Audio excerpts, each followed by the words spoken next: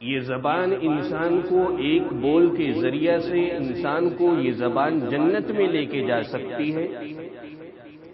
اور یہ زبان انسان کی ایک ہی بول پر انسان کو وہ جہنم میں لے کے جا سکتی ہے۔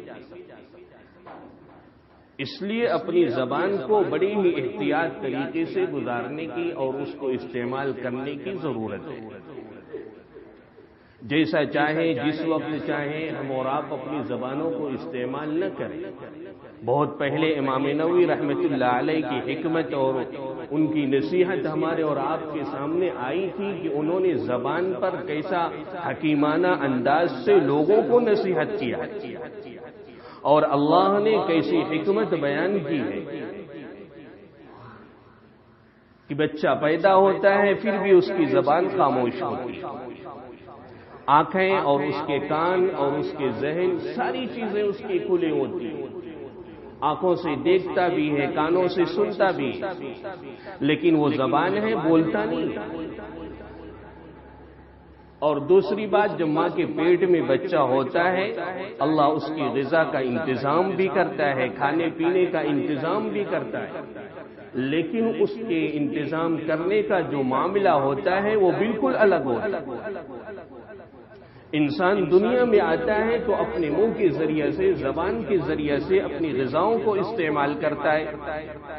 لیکن جب اللہ نے ماں کے پیٹ کے اندر اس بچے کے غذا کا انتظام کیا ہے تو اللہ نے زبان کے ذریعے سے غذا کا استعمال نہیں کیا، غذا کا انتظام نہیں کیا، بلکہ ناپ ہے، ناپ کے اوپر اللہ نے نلکی لگائی اور اس نلکی کے ذریعے سے اللہ نے اس کی غذا کا انتظام کیا۔ امام نووی رحمۃ اللہ علیہ فرماتے ہیں کہ مجھے بہت فکر ہوئی، بات سمجھ میں نہیں آئی، کتابوں سے، تفسیر کی کتابوں میں اور دیگر کتابوں سے یہ پتہ چلتا ہے کہ کھانے کا کام تو منہ سے ہے اور غذا کا استعمال منہ کے ذریعے سے ہوتا ہے، اور اللہ قادر مطلق ہے، وہ چاہتا کان کے ذریعے سے اس کے غذا کا انتظام کر سکتا تھا، آنکھ کے ذریعے سے بھی اس کے غذا کا انتظام کر سکتا تھا، ناک کے ذریعے سے بھی اس کی غذا کا انتظام کر سکتا تھا، اور منہ کے ذریعے سے بھی اللہ اس کے غذا کا انتظام کر سکتا تھا، لیکن اللہ نے زبان پہ تالا لگایا، زبان کو بند رکھا، منہ کو بند رکھا، اور اس کے غذا کا جو انتظام کیا اللہ نے ناف کے نلکی کے ذریعے سے کیا۔ پھر انہوں نے کہا میں بہت غور کرتا رہا، پھر اللہ نے القاء کیا میرے ذہن پہ یہ بات ڈالی کہ سن، کہ جس زبان کے ذریعے سے یہ بندہ دنیا میں آنے والا ہے، آنے کے بعد جس زبان کے ذریعے سے وہ میرا ذکر کرنے والا ہے، میں یہ نہیں چاہتا کہ اس کے ماں کے پیٹ کے اندر جو میں غذا کا انتظام کر رہا ہوں وہ غذا ناپاک خون ہے، ناپاک قطرہ ہے۔ میں یہ نہیں چاہتا کہ جس زبان سے میرا بندہ میرا نام لے میں اس بندے کی زبان کو ناپاک کروں۔ اسی لیے امام نووی رحمۃ اللہ علیہ فرماتے ہیں کہ اللہ کے بندو، تم دنیا میں آنے کے بعد اپنی زبانوں کو گالی گلوچ کے ذریعے سے، چغلی کے ذریعے سے، خرافات کے ذریعے سے، اور ادھر ادھر کے لعن طعن کے ذریعے سے، طعن و تشنیع کے ذریعے سے، بہتانوں کے ذریعے سے اور دلوں کے توڑنے کے ذریعے سے اپنی زبانوں کو گندی کیوں کرتے ہو؟ جو اللہ ماں کی پیٹ میں بھی اپنی زبان کو اور انسان کی زبان کی حفاظت کی ہے،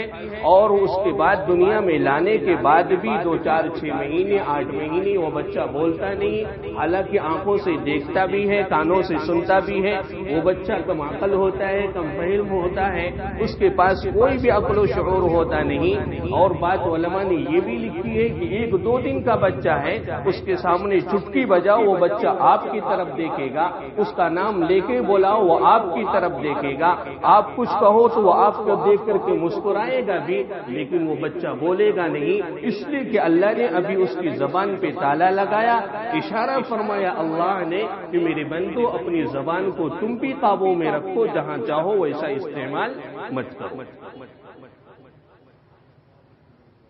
جو اللہ اتنی احتیاط کر رہا ہے زبان کے اوپر، آج ہم اور آپ ہیں جو اپنی زبانوں کو بالکل بے لگام دیے ہوئے ہیں اور جیسا چاہتے ہیں ویسا استعمال کرتے ہیں۔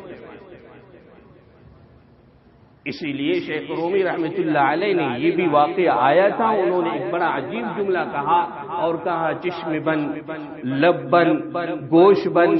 گر نبینے نور حق برمقن. فرمایا کہ اپنی زبانوں کو بند کرو، اپنے کانوں کو بند کرو، اپنی نگاہوں کو بند کرو. کیا مطلب؟ فرمایا اپنے کانوں سے غلط سننا بند کر دو، اور اپنی زبانوں سے غلط بولنا بند کر دو، اور اپنی آنکھوں سے بے حیائی باتوں کو دیکھنا بند کر دو، یعنی بے شرمی کی باتوں کو دیکھنا بند کر دو. پھر اس کے بعد انہوں نے یہ کہا اگر اس کے بعد تمہیں اللہ کا نور نظر نہ آئے تو پھر میرے اوپر ہنس لینا. یعنی اتنی اعتماد کے ساتھ، اتنے وثوق کے ساتھ، اتنے کانفیڈنس کے ساتھ انہوں نے کہا اگر تمہیں اللہ کا نور نظر نہیں آئے گا تو پھر میرے اوپر میری مذاق اڑا لینا. یعنی یہ بات ہو ہی نہیں سکتی ہے کہ اگر انسان اپنے کان کی حفاظت کر لے، اور اگر اپنی زبان کی حفاظت کر لے، اور اگر اپنی نگاہوں کی حفاظت کر لے، پھر وہ اللہ کا نور اس کو نظر نہ آئے. یہ ہو ہی نہیں سکتا ہے.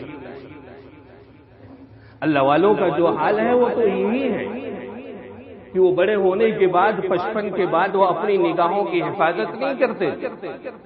یا وہ اپنی کانوں کی حفاظت 55 میں جا کے نہیں کیا کرتے تھے، وہ اپنی زبانوں پر کنٹرول 55 میں جا کے نہیں کیا کرتے تھے، بلکہ وہ بچپن سے لے کر کے 55 تک اس پر عمل کرتے تھے. پھر اللہ ان کے اندر وہ صلاحیت دیتا تھا، پھر اللہ اپنے نور میں سے ان کے اندر نور ڈالتا تھا، پھر وہ جا کر کے وہ سارے اوصاف کو دیکھا کرتے تھے.